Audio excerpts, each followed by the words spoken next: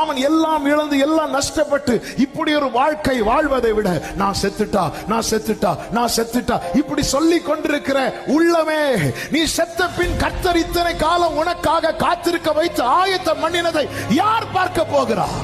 எனவே நீ மரணம் வரும் என்று எதிர்பார்ப்பதை விட்டுவிட்டு மாறுதல் வரும் என்று எதிர்பாரு. எனக்கு மாறுதல் வரும், எனக்கு மாறுதல் வரும்.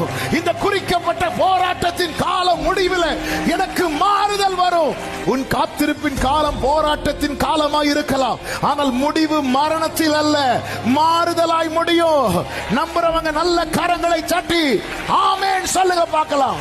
குடும்பத்தில் மாறுதல் வரும், சூழ்நிலையில மாறுதல் வரும், சரீரத்தில் மாறுதல் வரும், உன் வாழ்க்கையில மாறுதல் வரும், உன் பிள்ளை வாழ்க்கையில மாறுதல் வரும், உன் எதிர்காலத்தில் மாறுதல் வரும்.